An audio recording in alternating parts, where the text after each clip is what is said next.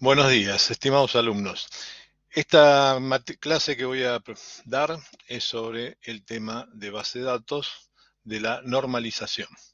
¿m? Para lo cual voy a usar este sencillo PowerPoint que les va a ser fácil de seguir, que los va a orientar en la generalidad del tema y posteriormente vamos a ir refinando los detalles a través de un pequeño ejercicio que está inserto en el PowerPoint y luego grabaré otra clase con un ejercicio directo para que se practique un poco más. Eh, Paso a exponer el PowerPoint.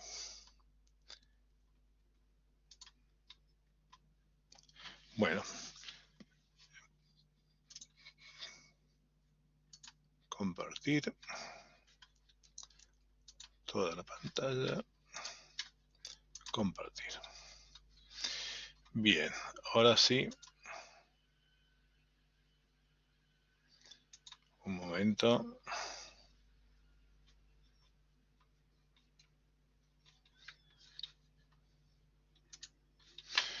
Bien, ahora sí están viendo bien la pantalla.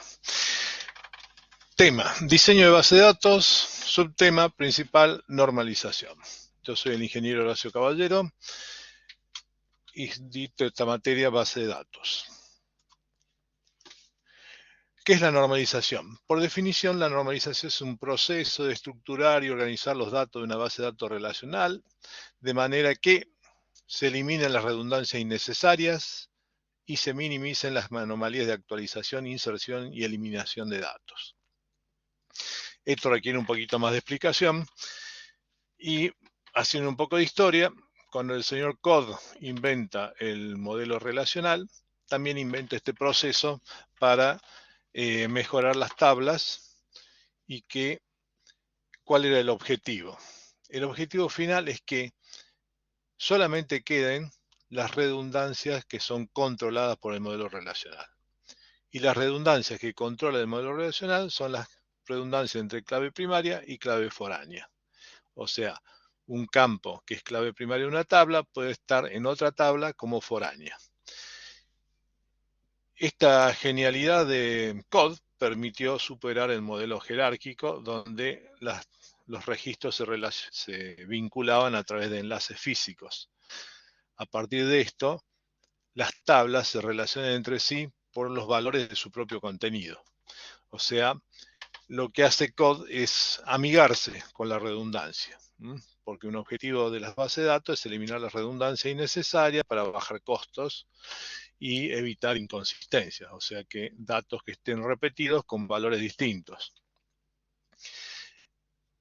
Para lograr una mejor integridad hay que evitar las redundancias, pero eso era bastante difícil y acá lo que hace Codd es una síntesis, o sea, entre dos extremos va por el medio. Dicen, bien, hagámonos amigos de la redundancia y la aprovechemos. Entonces él decide aprovechar la redundancia entre clave primaria y foráneas para poder navegar los contenidos de las tablas, o sea, para ir de una tabla a otra. Pero simultáneamente inventó un proceso para eliminar todas las otras redundancias que no fueran necesarias. O sea que el objetivo final de la normalización es que solamente queden las redundancias entre claves, que son útiles para navegar los datos. Este es un proceso iterativo que comienza en forma sucesiva, primero una regla, después la otra. Eso lo vamos a ver bien en una diapositiva de las que siguen.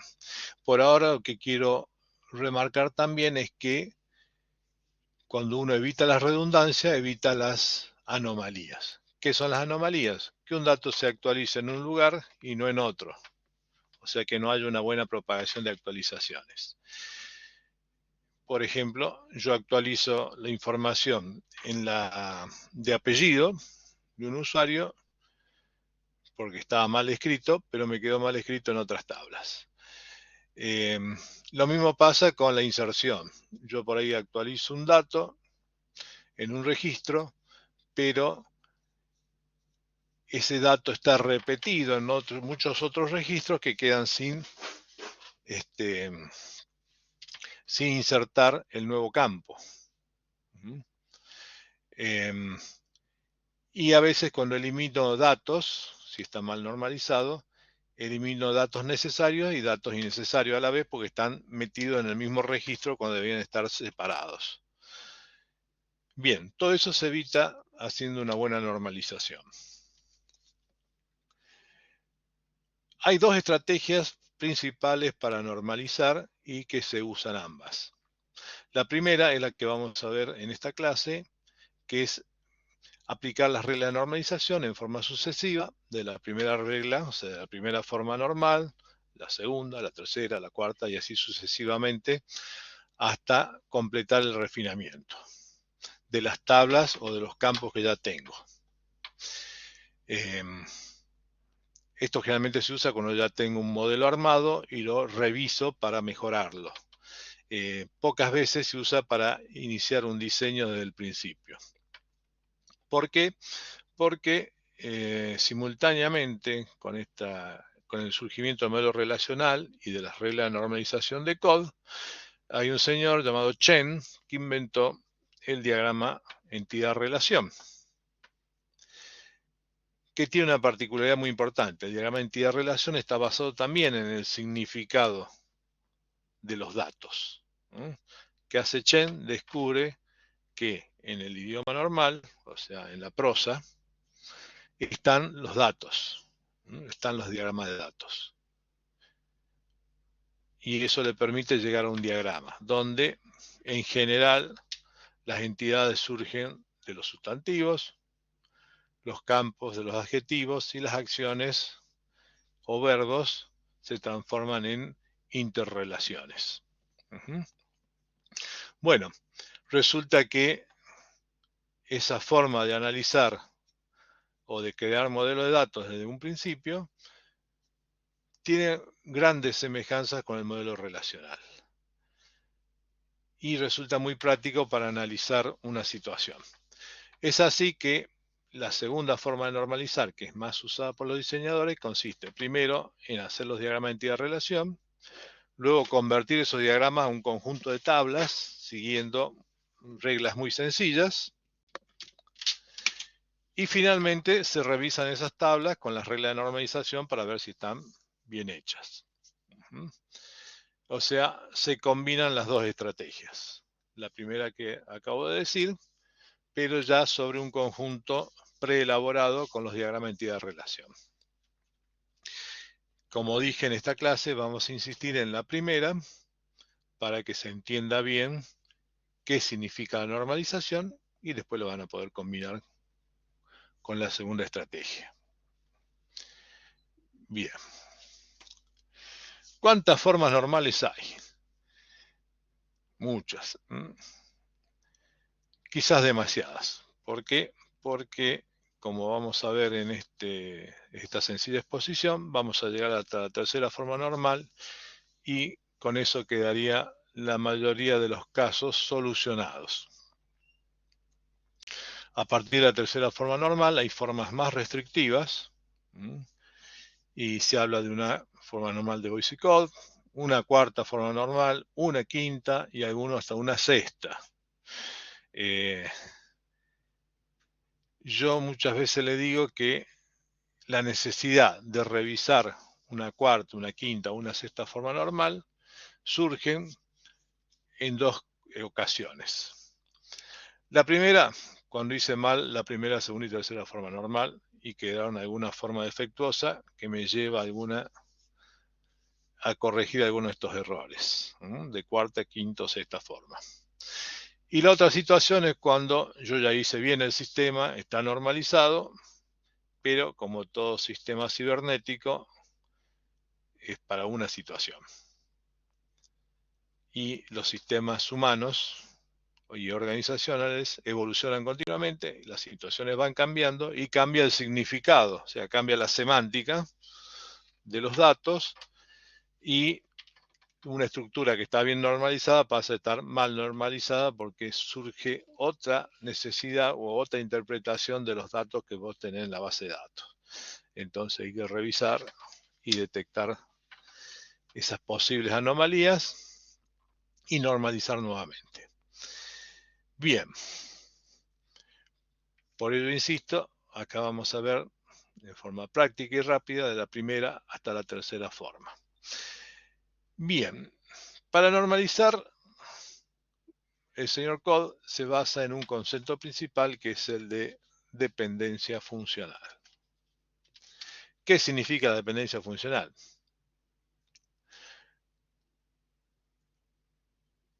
De acuerdo al significado de los datos que están en una tabla, recuerden que acá la palabra relación es sinónimo de, en la matemática relacional de Code, la palabra relación quiere decir tabla, ¿no? Eso a veces nos induce errores. Acá vamos a hablar de relación o tabla, de tupla o registro y de atributo o campo. Salvando ese pequeño detalle, proseguimos. ¿Qué dice? Que un atributo depende funcionalmente de otro. ¿Eso qué significa? Que el valor que tiene un atributo, o sea, un campo, determina el valor que tiene el otro campo. Les doy un ejemplo simple. Yo tengo un campo que es localidad y otro campo que es provincia. ¿Quién determina el valor del otro? Bueno, la mayoría me contesta, la provincia determina la localidad. Falso, ¿no? ¿Por qué? Pues si yo sé el nombre de la provincia, eso no quiere decir que sepa el nombre de la localidad. Porque la localidad está dentro de la provincia y hay varias localidades. En cambio, si la localidad es, a ver, un ejemplo, Mariano Moreno, yo sé que la provincia es Buenos Aires. O sea que la localidad me determina el valor del campo provincia y no al revés.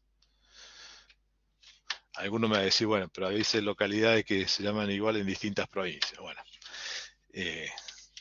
tomé una regla general, ¿no? Para refinarlo más diríamos que, como eso no es perfecto, se inventó el código postal. Entonces, vamos al caso con código postal. Tengo un campo código postal y un campo localidad y otro campo provincia. ¿Quién determina a quién?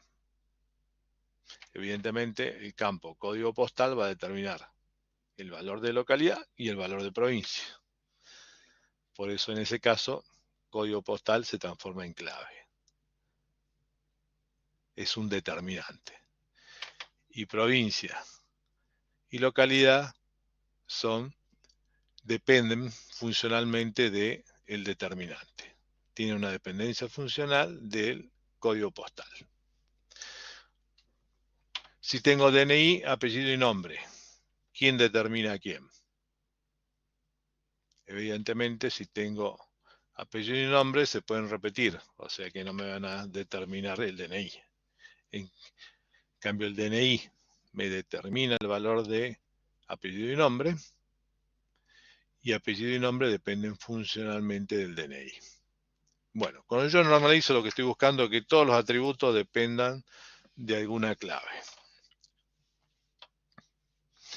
Bien, acá hay otros ejemplos. Tipo de documento y número determina el nombre del estudiante. Tipo de documento y número de documento determinan el número de legajo. O sea que nombre de estudiante y número de legajo son dependientes de tipo y número de documento. Número de materia determina nombre de materia. Nombre de materia depende funcionalmente del número de materia. Ven que es un concepto reversible.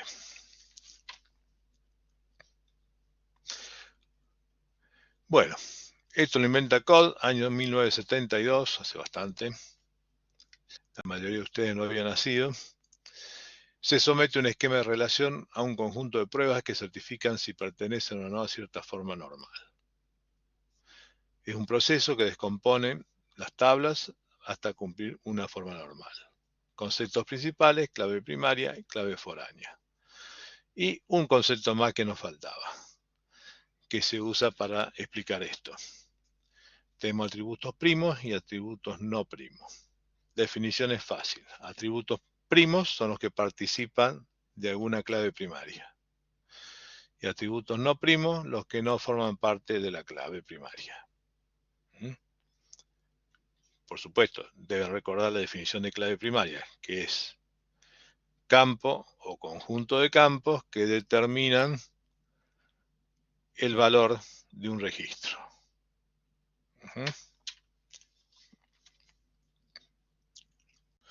Otro ejemplo más, definición más. Bien, este dibujito, ¿qué objetivo tiene? Bueno, este dibujito tiene el objetivo de que les quede bien en claro que este es un proceso de refinamiento sucesivo. O sea, yo tengo el conjunto universal de las tablas. Cuando aplico primera forma normal, que obtengo tablas relacionales.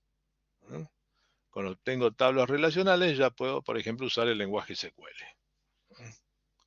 cumpliendo las condiciones de primera forma normal. Después que tengo la primera forma normal, recién puedo hacer el refinamiento a la segunda.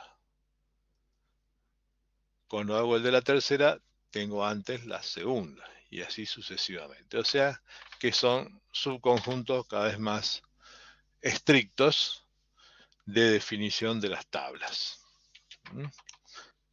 Acá no puse la sexta. Bueno, les cuento. Hay un artículo que dice que hay 8 formas normales por ahí dando vuelta en internet, que es erróneo, ¿no? Se lo digo desde ya porque habla de una séptima y octavo que no son precisamente formas normales. Por ejemplo, una de ellas es desnormalización. Bueno, si es lo contrario, no es normalización. O sea que hasta la sexta acepto que existen. Esa séptima y esa octava son solamente un autor que quiso poner algo más. Bien, empecemos por la primera forma normal. Estamos en primera forma normal cuando se eliminan todos los grupos repetitivos. O sea, que no puede haber en un campo más de un valor. Cada celda de una tabla tiene un solo valor. Eso quiere decir valores atómicos. O sea que no se pueden dividir más. Por ejemplo, yo no puedo tener en un campo el nombre de todos los hijos de una persona. Solamente uno por celda. ¿Entienden? O no puedo tener todas las compras. O sea, una tabla relacional está en primera forma normal si no tiene grupos repetitivos.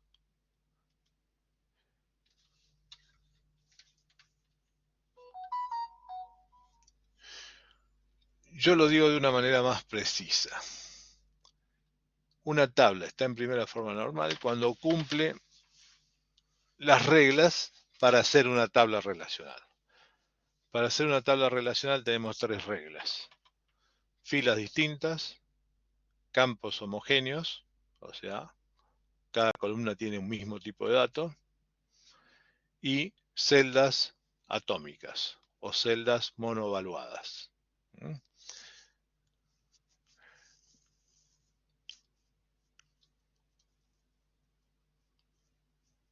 Si hay atributos compuestos en el modelo relacional no se aceptan. Por ejemplo, tengo un campo dirección, pero que está constituido por calle, número, piso y departamento. Bueno, tengo que optar. O tengo un campo que se llama dirección y que me meto en un string todos esos datos, o separo esos campos, ese campo grande, en 4 subcampos. Calle, número, piso y departamento. ¿Entienden? Una cosa o la otra. Todo depende del sistema. Si mi sistema no le interesa separar esos datos, bueno, meto todo junto en una cadena de caracteres, pero después no pidan el detalle. ¿Eh? Bueno. Acá tengo un ejemplo, una tabla simple que teníamos número de departamento, departamento deportes, y el departamento de deportes tenía 3 ubicaciones: Belgrano, Palermo y Constitución. Bueno, como no puedo poner Belgrano, Palermo y Constitución en una misma celda, tuve que repetir número de departamento y deportes 3 veces. ¿Se cumple las reglas? Sí, porque tengo filas distintas, campos homogéneos y un valor en cada campo. Esta tabla está en primera forma normal. Cuando ya apliqué la primera forma normal, ya puedo empezar a trabajar con SQL. Por eso es que hay tantos sistemas mal normalizados. Porque una vez que ya tengo la tabla, ya opero con SQL y puedo tener cualquier desastre, pero puedo operar y hacer consultas. Después vienen las delicadezas de mejorar ese sistema, normalizando un poquito más. Acá sigamos con otro ejemplo, que es un poco más completo. Tengo esta tabla donde tengo una ID de pedido. O sea, vino el usuario y le dijo, toma, este es un documento, pedidos, saca los campos y normalizámelos. Bueno, yo agarro el formulario de pedido y veo que tengo un ID de pedido, la fecha en que hizo el pedido, el ID del cliente, el nombre del cliente, el ID de producto, nombre del producto y la cantidad que se pidió. O sea que el pedido tiene una cabecera, como una factura, y renglones que se pidieron. Bueno, saco todos los datos y lo pongo acá en una tablita. Acá puse 3 recibos, 3 pedidos, perdón. Fíjense, ¿qué pasa si quiero registrar un nuevo cliente? Acá puedo tener, tengo que inventar un pedido. Si no tengo un pedido, no puedo registrar un nuevo cliente. Si tuviera los clientes por separado, podría registrar cliente aunque no hubieran hecho compra. O sea, puedo hacer el registro inicial y después adjudicarle una compra.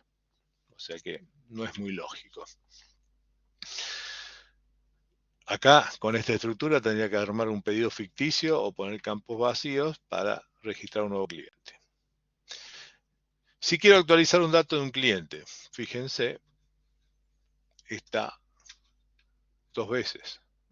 Tendría que actualizar en 2 lugares. Si no lo hago, tengo una anomalía de actualización. Si quiero anular un pedido de un cliente, que casualidad es nuevo. Acá el cliente M Soldadura. Es un cliente nuevo, el primer pedido que hizo. Si elimino ese envío, también elimino el cliente. Una anomalía de borrado. Bueno, ahí tienen que esta estructura es bastante deficiente. Bueno, ¿cómo aplico la primera forma normal? Bueno, cuando yo normalizo, ¿qué hago? Saco campos de una estructura y los pongo en una nueva. O sea, separo los campos y ¿qué operación del álgebra relacional estoy haciendo? ¿Se acuerdan? Bueno, estoy proyectando, o sea, estoy haciendo una proyección. Saco el campo 3 y el campo 4 y los pongo en una nueva tabla. Bueno, cuando yo normalizo siempre estoy proyectando. O sea, estoy sacando campos para crear nuevas estructuras. Y cuando desnormalizo, que lo van a ver en otra materia, ¿qué estoy haciendo? Estoy haciendo la operación algebraica de reunión, que ustedes después la van a ver en SQL como un inner join. Bien, sigamos analizando. Para empezar, miro qué columnas tienen un solo valor. Ahí están marcadas, está perfecto. ¿Y qué columnas tienen más de un valor? Bueno, esas se tienen que ir. Entonces, ¿qué aplicamos? Una tijerita. Bueno, esa tijerita es la proyección. Saco los campos. Fíjense cómo me queda. Saco esos 3 campos y me quedan todos separados en registro. Pero tengo un pequeño detalle. No sé cada uno de estos renglones de pedido a qué pedido corresponde. Por lo tanto, necesito traer la llave primaria de la tabla anterior. Ya podemos darle nombre. Esta tabla se va a llamar pedido y esta detalle del pedido. Para saber cada renglón de pedido de dónde viene, tengo que poner el ID de pedido como clave foránea. Acá es clave primaria, en pedido, vamos atrás, en pedido es clave primaria, acá es clave foránea. ¿Cuál será la clave de esta nueva tabla?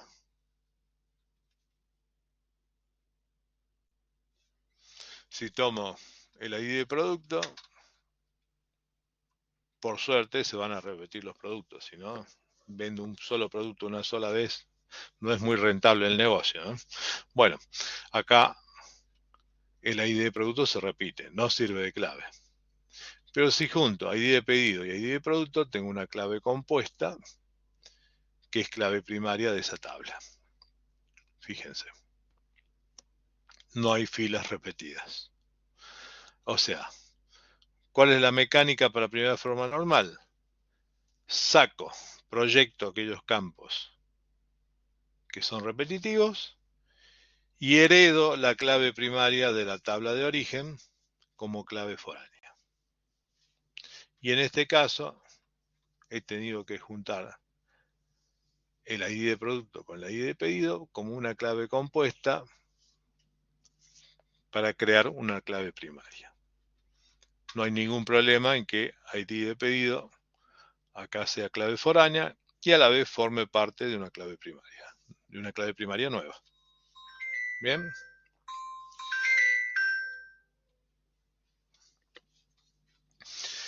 Bien, volviendo atrás, ¿qué es lo que tengo que hacer? Tengo grupos repetitivos, los separo en entidades separadas. O sea, tengo una tabla, la separo en 2 tablas. ¿Me quedan grupos repetitivos? No, listo, estoy en primera forma normal. Sí, ¿existe unicidad en la llave? O sea, un solo campo. Si es sí, está en primera forma normal. Si no, necesito la llave anterior. Bueno, ahí hay un detalle. En este caso, como ustedes vieron, no hay unicidad en la llave y necesito 2 campos. Por eso heredo la clave primaria.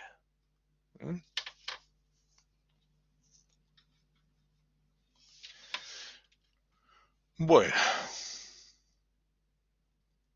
ya hablamos de la dependencia funcional. Ahora vamos a hablar de 2 tipos de dependencia funcional, para entrar a hablar de la segunda y tercera forma normal.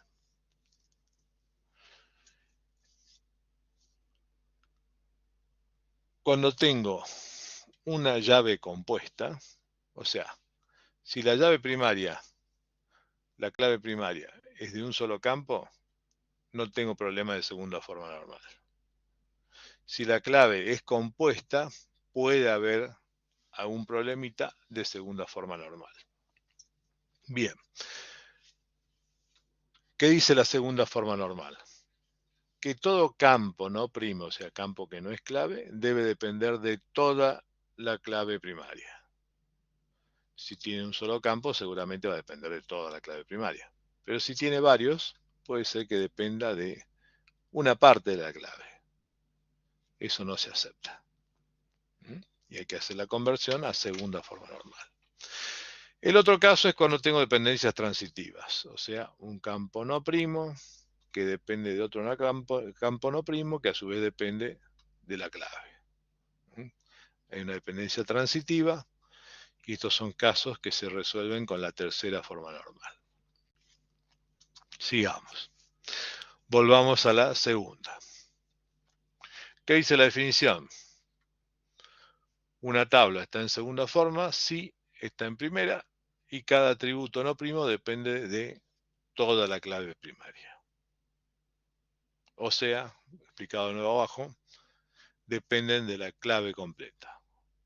O sea, lo sigo explicando, no dependen de una parte de la clave. Pero definiciones más, definiciones menos, lo van a ver claro con un ejemplo. Acá tenemos. ¿Se acuerdan que separamos una tablita llamada detalle del pedido? Y que tiene una clave compuesta. Por lo tanto, puede haber problema de segunda forma normal. Bien, analicemos. El campo nombre del producto, ¿de quién depende? Depende del ID del producto. O sea, el que determina el valor del producto es el ID del producto, que forma parte de la clave primaria. En cambio, la cantidad pedida, ¿de quién depende? Pedimos 20 licencias de contabilidad, no sé, algo así. 20. Bueno, en este pedido pedimos 20 productos de esto, con este nombre. O sea que la cantidad depende tanto del ID de producto como del ID de pedido. O sea, depende de la clave completa. Depende de la clave completa porque pedí tantas cantidades de ese producto en este pedido. Necesito toda la clave. En cambio, para saber cuál es el producto, me alcanza y sobra con el ID de producto. ¿Qué hacemos en este caso? Nuevamente proyectamos. Sacamos afuera el ID de producto con el nombre del producto. O sea, nos llevamos la clave parcial, la separamos. ¿Ven? Se eliminan las filas repetidas y me queda una sola vez cada producto con su ID. Se eliminan las repeticiones automáticamente. Y me quedó en el detalle el ID de pedido de tal producto, tal cantidad. Fíjense, tenemos una nueva tabla que vamos a llamar producto. Algunos lo llaman catálogo. Bueno, ese producto se pide en estos pedidos.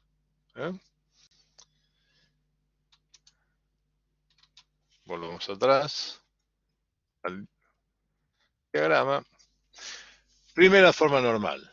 ¿Tengo una llave compuesta o concatenada? No. Listo, ya estoy en segunda. No hay que laburar. Ya está. Está en segunda. Sí, o sea que tengo una llave combinada de varios campos. Bueno, ahí sí me fijo. ¿Tengo atributos que dependan de parte de esa clave? No. Bien, estoy en segunda. Sí, tengo atributos que dependen de parte de la clave. Bueno, entonces separo la llave parcial y sus atributos en otra entidad. Y así surgió la nueva entidad productos, que ven acá en el ejemplo. Bueno, sigamos. Vamos con la tercera. Una tabla está en tercera forma normal si está en segunda, primera condición. Y ningún atributo no primo depende de otro atributo no primo. O dicho de otra forma, ningún atributo depende en forma transitiva de la clave. Que la dependencia transitiva acá está X determina Y, si X determina Z y Z determina Y. O sea, hay un trencito hasta llegar a la Y. O sea, está en tercera forma normal, si está en segunda y ningún atributo no primo depende transitivamente de la clave primaria. Bueno, he dicho lo mismo ya de varias formas. Vamos al ejemplo que siempre nos ilustra mejor. Una relación de datos está en tercera forma normal. Y acá nos fijamos. ID de pedido. Esta tablita nos había quedado, la cabecera del pedido. La fecha, ¿de quién depende? Y del pedido. Es de esa fecha. El ID de cliente del pedido, porque el cliente me hizo el pedido en ese pedido. El nombre del cliente. El nombre del cliente está determinado por el ID del cliente. O sea que en esta tabla está dependiendo en forma transitiva del ID de pedido. Sería mucho más práctico separar el cliente y no tenerlo repetido un montón de veces. O sea, nuevamente proyectamos los dos campos problemáticos, el ID del cliente y el nombre del cliente. Y ustedes me dirán, bueno, pero ¿quién hizo el pedido? Bueno, ID del cliente queda como clave foránea en el pedido y como clave primaria en la nueva tabla cliente, que la vemos a continuación. Pedido ha quedado reducido al mínimo, tiene el ID, la fecha y el ID del cliente. ID del cliente acá es clave foránea. Y en cliente, bueno, se eliminaron todas las repeticiones de cliente y tengo cada cliente con su ID. Un cliente, varios pedidos. Con lo cual, de una sola tabla obtuve esta estructura normalizada. Una tabla pedido, detalle del pedido, la tabla de clientes y la tabla productos. Ya tengo el sistema armado. Fíjense, un cliente tiene varios pedidos. Un producto se pide en varios pedidos. Por eso tengo el detalle. Producto 1 a varios con pedido.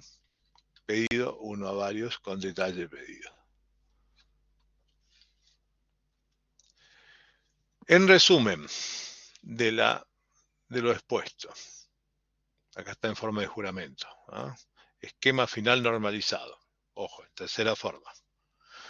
Jura usted que cada dato depende en cada fila de la llave, primera forma normal.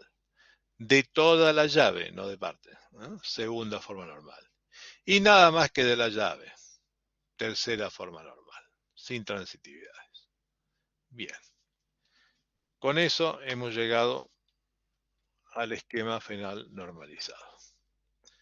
Espero que les haya sido útil y los invito a ver un segundo video donde explico nuevamente esto con un par de ejemplos. Muchas gracias.